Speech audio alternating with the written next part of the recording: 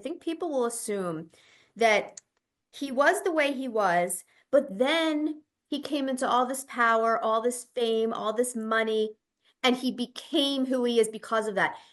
That's not the case. They date back very early on and show you that pattern of behavior before that came into play. And we talk about this all the time. People in high up positions, CEO, very, kind of these prestigious positions, a lot of them have these traits. And so it doesn't surprise me that he ended up where he ended up. But I don't want people to think that this is solely due to his fame and his power. Did it make it worse and make the situation large? Absolutely. But these patterns were there beforehand, for sure. I have no doubt about that.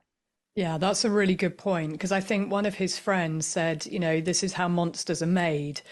And that was a point that I picked up on, that he was actually doing things as a teenager very early on, beating his teenage girlfriend and other girls. And in fact, we know that there are multiple girls and women from Misa Hilton, who was the first teenage girlfriend that he had, who he beat, and when she was pregnant, and Kim Porter. You've got Cassie, who also had a very extensive and detailed lawsuit. Kat Passion, who we hear from for the first time in that documentary.